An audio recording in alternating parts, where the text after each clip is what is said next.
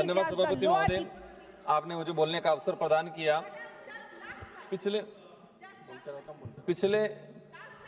पिछले कुछ सालों से जिस तरह से केंद्र सरकार हो या राज्य सरकार हो, जिनका जो बजट आया है, वे बजट शहरों को ध्यान में रखते हुए, अमीर और उद्योगपतियों को ध्यान में रखते हुए आया गया है। और हम देखते आए हैं कि हमेशा ग्रामीण इलाके को, दलित पिछड़े के इलाके को, आदिवासी बाहुल्य क्षेत्र को नजरअंदाज किया जाता है। जिस तरह से देश में जीएसटी आम गरीब से लगा के अमीर तक जो जीएसटी लगा रखी है, हर वस्तु पे, खाने से लगा के कपड़े पहनने तक, या शिक्षा की हो, स्वास्थ्य की हो, जो जीएसटी लगा रखी है, हम चाहते हैं कि इस देश का जो गरीब पिछड़ा आदिवासी समुदाय जीएसटी दे रहा है, तो इस पैसे से हम उस परिवार के बच्चों को शिक्षा, अच्छी शिक्षा क्वालिटी मिले, ये क्यों नहीं कर रहे हैं? उस गरीब को अच्छा स्वास्थ्य सुविधा मिले, ये क्यों व्यवस्था क्यों नहीं कर रहे हैं? आज ग्रामीण इलाके में देखते हैं कि 2 से 3 कक्षा के बच्चे एक रूम में बैठ रहे हैं, लगभग 100 से 200 बच्चे एक टीचर के भरोसे हैं। तो ये जो पैसा हमारा ग्रामीण क्षेत्र को ध्यान में रखते हुए विशेषकर बजट में प्रावधान होना चाहिए। आज देश के अंदर जो स्वास्थ्य सुविधाओं की बात करें, विशेषकर ट्राइबल इलाके में, मेरे संसदीय क्षेत्र बांसवाड़ा डूंगरपुर का डाटा रहा है कि पिछले 5 सालों के अंदर, मैं आपके माध्यम से मंत्री जी का ध्यान आकर्षण कराना चाहूंगा, हमारे एक मंत्री जी राजस्थान से भी आते हैं। पिछले 5 सालों में 4000 के करीब गर्भवती महिलाओं के गर्भ में ही उनके बच्चों का मृत्यु हो गया है मेरे संसदीय क्षेत्र में। 5 सालों के अंदर 4000 के करीब। तो हमारी स्वास्थ्य सुविधाओं पे हमारा बजट क्यों नहीं? और जा भी रहा है तो वो भ्रष्टाचार की भेंट चढ़ रहा है। हम चाहेंगे कि शिक्षा हो, स्वास्थ्य हो, ये चीजें जीएसटी से और टैक्स से फ्री रहे। सारी चीजें आदिवासी बाहुल्य क्षेत्र में सिकल सेल की बीमारी, कैंसर की बीमारी, टीबी की बीमारी बुलेट ट्रेन से फास्ट तेजी से भाग रही है। हम देश के अंदर आंकड़ा उठा के निकालेंगे तो सबसे ज्यादा सिकल सेल, कैंसर, टीबी बीमारी ट्राइबल इलाके के अंदर है।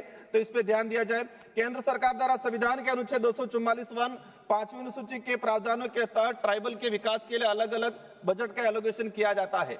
लेकिन पिछले हम 2-3 सालों से देखते आ रहे हैं, यहाँ तो एलोकेशन हुआ है, वो भी मूल रूप से धरातल पे नहीं पहुंच पाता है। और पिछले सरकार में, या उस समय कांग्रेस की सरकार थी राजस्थान के अंदर, तो क्या विवाद रहा कि हमारे 2022-23 का बजट व अनुच्छेद 275 का जो बजट नहीं पहुंच पाया।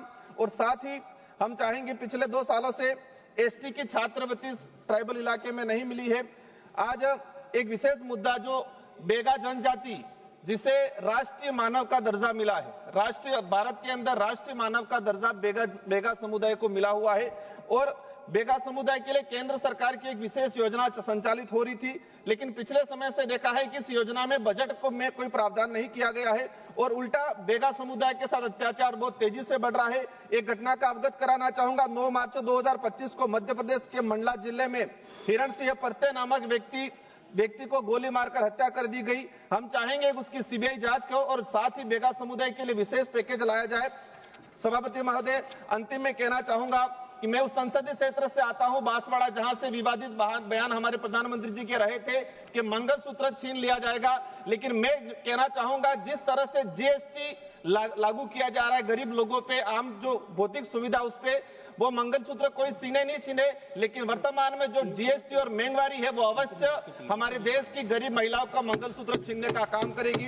अंत में यही चाहूंगा कि हम देश के आम जनता के लिए भोजन सामग्री, शिक्षा और स्वास्थ्य सुविधा पे बिल्कुल जीएसटी नहीं लगाए, और जो हमारे केंद्र सरकार की योजना जो ग्रामीण इलाके, गरीब इलाके में पहुंचाने का काम करती है, आंगनवाड़ी कार्यकर्ता, सहायिका और चतुर्थ श्रेणी के कर्मचारी, जो वर्तमान महंगाई के हिसाब से उनका जो बजट है वो बढ़ाना चाहिए। और साथ ही रोजगार गारंटी योजना के तहत 20 से 200 से 275 रुपया मिलता है, तो वर्तमान महंगाई के हिसाब से उस बजट को लगभग 400 से 500 रुपए करने की जरूरत है। और देश में माइक्रो फाइनेंस कंपनियां ट्राइबल इलाके के अंदर 25 से 30% ब्याज पे पैसा दे रही है। वही पैसा हमारी बैंकों ने माइक्रो फाइनेंस कंपनी को दे रखा है, और जो लगता है कि माइक्रो फाइनेंस कंपनियों को फ्री छूट दे रखी है ग्रामीण इलाकों में लूटमारी करने के लिए। इसी के साथ में कहना, 3 माननीय सदस्यों की सूची और है। यदि सभा की सहमति हो तो 15 मिनट के लिए सदन का समय बढ़ाया जाए। 15 मिनट बस।